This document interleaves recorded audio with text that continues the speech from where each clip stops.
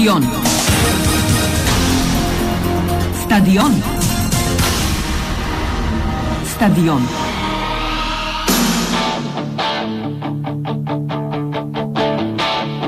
I got my first real six string, bought it at the five and dime, played it till my fingers bled.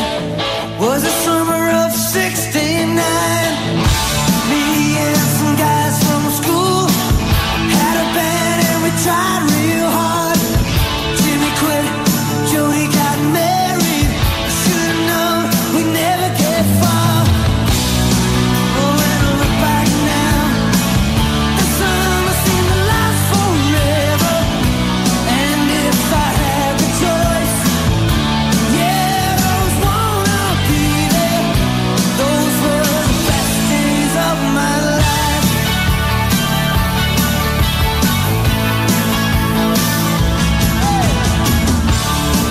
Ain't no use in complaining when you got a job to do. Spend my evenings down at the drive-in, and that's when I met you, yeah. Standing on your mama's porch, you told me that you'd wait forever. Oh, when you held my hand, I knew that it was now or never. Those were the best days of my life. Oh yeah, back in the summer of '69.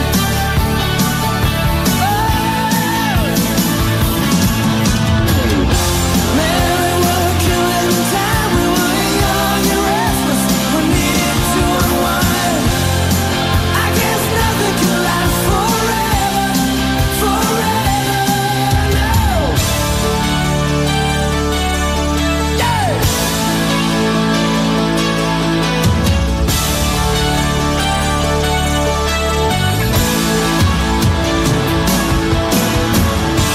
And now the times are changing. Look at everything that's come and gone. Sometimes when I play that old six string, think about you, wonder what went wrong. Standing on your mama's porch, you told me that it lasts forever. Oh, when you held my hand, I knew that it was now or never. Those were the best days of my life. Oh yeah, back in the summer of '69. It was the summer of '69. Oh yeah, me and my baby at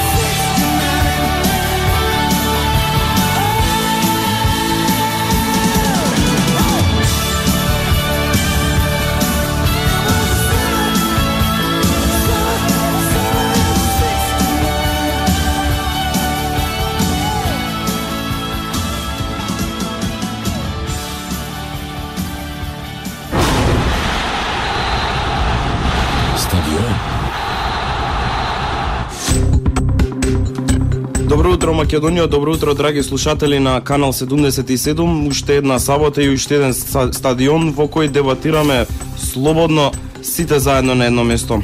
Во Скопското студио низ оваа емисија на стадион ќе ве водиме јас, Бојан Бојаджиевски, и мојот колега Саша Ивановски во наредните 2 часа, а со нас овој пат гостин ќе биде господинот Роберто Беличанец, извршен директор на Центарот за развој на медиуми, аналитичар, експерт за медиуми, како сакате.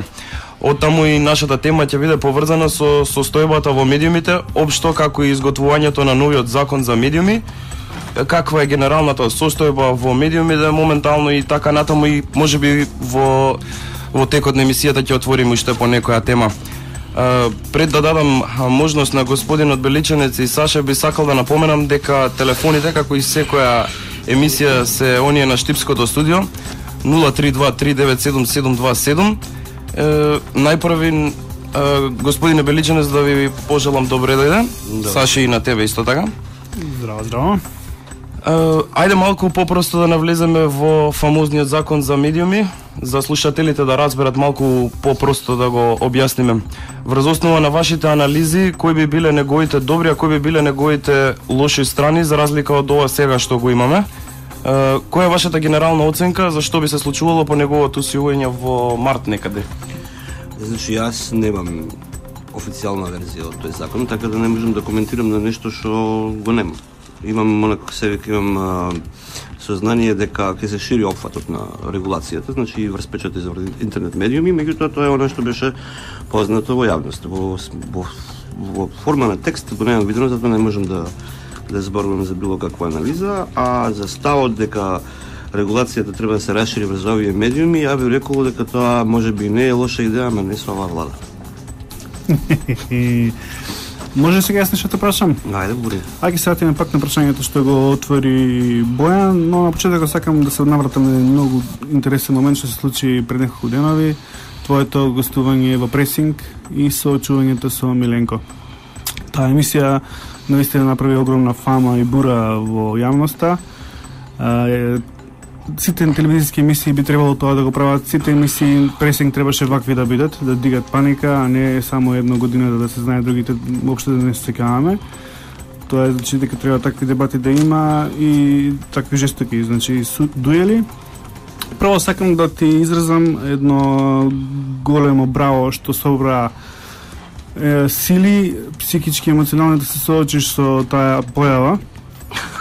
Бидејќи мислам дека уопште не е лесно, јас имам соочено со некои такви бударитинки во емисија и знам дека е многу тешко да издржиш еден час со нив, бидејќи може ли јас да направам анализа па да ми кажеш ти дали сум право или не на тој дуел. Јас се ставам у твои чевли во таа емисија и си велам вака. Тоа што тебе те шокираше, а мислам дека ти беше шокиран, и тоа се гледаше вака или онака во таа емисија, што ти две работи тебе ти извади од такт, од кожа. Прво, не си намекна да бидеш во присуство на човек што толку може некого да мрази и тоа да го искажува.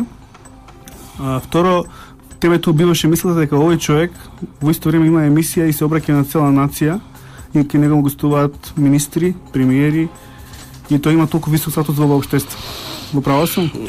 До некаде. Значи, не е проблемот што, не знам, тој мрази некого јавно и тоа не ме изненади. Мислам, јас напротив очекував дека во недостиг на аргументи ќе почне да нафрла се и се што. И од хомосексуализам до го продадовте името, знамето, значи тоа се општи места. Секогаш кога ќе се најдат во густо тие владини пропагандисти, секогаш се префрлат на истите теми.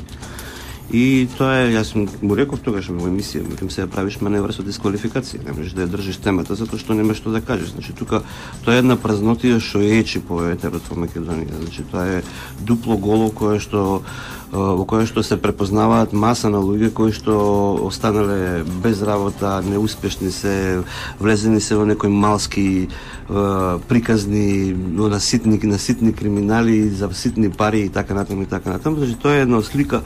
Тоа е врвот на сликата на бедата која што Македонија има и таа беда се проби на телевизиските екрани. Значи, од тој аспект, да, ми се гади, мислам, од тоа ми се гади. Меѓутоа не ми се гади од него онака во тој момент. Да, но зарем ти очекуваше во сета емисија онда почна да се фали колку жени имало и дека ти си педер? Зарем очекуваше таква тема, човече, у таква емисија? Тоа е расправа што сме имали кога сме имали 11 години, кога сме седеле пред продавнички. Затоа му реков, тоа е малска приказна, види, тој не може да се одвои од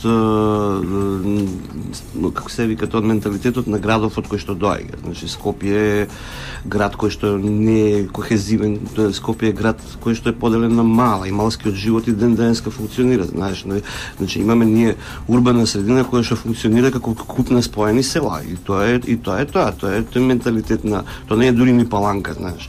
Значи, во тој малски живот тоа функционира тој што е најак го праќа тој што е најслаб под цигари. Тоа е една гола сила, мислам. И ако фатиш женска си педер затоа што ги издаваш овие се вика другарчињата. И тоа таквиот менталитет се префрлен на онак се вика на медиуми и наместо медиумот да станува на некој начин едукатор, социализатор и така натаму, тој станува место во кое што се препознаваат овие малски великови кои што викаат, види, чим ова може на телевизија да се случува вака овој да прави, тогаш јас ова што го правам е супер, бе. Знаеш, немам потреба да напредувам. Нема потреба да бидам подобар човек. Мислам, целата поента мене во животов ми е да бидам ваков морон каков што сум, затоа што такви морон е добро да сега, јас сакам во оваа емисија, обично со сите гости што ќе бидат во стадион, сакам да најдам нека точка на спорење, па да се контраме, за да биде поинтересно.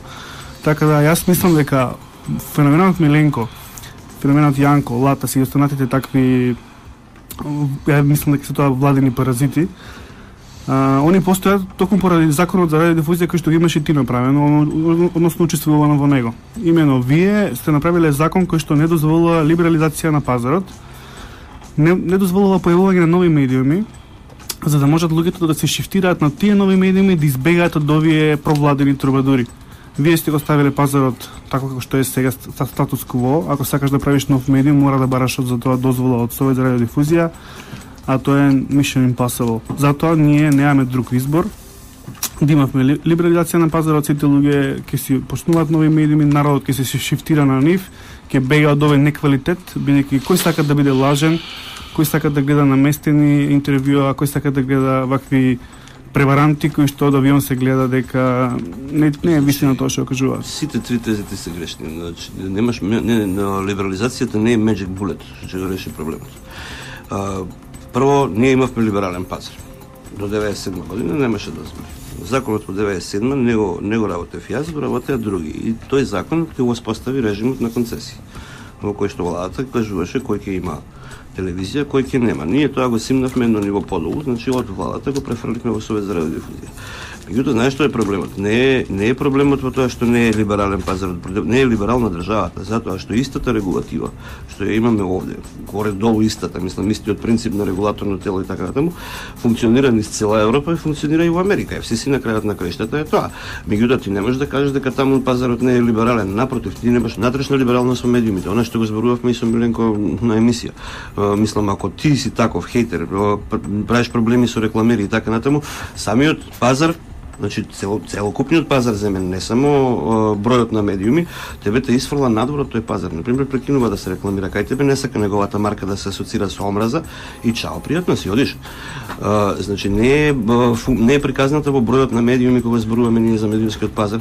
Напротив, колку повеќе додаваш медиуми, толку повеќе разводнуваш ситуацијата, толку повеќе шанса имаш за ова е комуњарска веќе. Не е комуњарска логика. Тоа исто да кажеш дека ако има поголем број тогаш Њујорк е најкомунистичкиот град на светот. Твојата логика знаеш ли која е, вака? Ти сакаш да кажеш дека логиката дозволам да ти докажам. Не, чекај. Овој момент е Њујорк е најкомунистичкиот град на светот. Њујорк е најголемиот пазар во Америка. Во Њујорк има точно одредено колку бродкастери од FCC ќе има и не може да има ниту еден помалцен, ниту еден повеќе. Ние имаме дури полиберална она како се вика регулатива од нив. Значи не е точно тоа. Има параметри во кои што го организираш пазарот, инаку тој имплодира внатре и не може да функционира. Не можеш ти да го организираш пазарот. Значи овдека е проблемот во нешто друго. Чекај да се навратам малку на твојата теза. Ти кажа на многу контроверзна теза што сите луѓе што се разбираат во бизнис и во економија ќе се крене косата на главата. Ти велиш дека што повеќе избор има на пазарот, толку полош е квалитетот. Не е точно. Еве земи го на пример, што повеќе такси. Не го кажав тоа.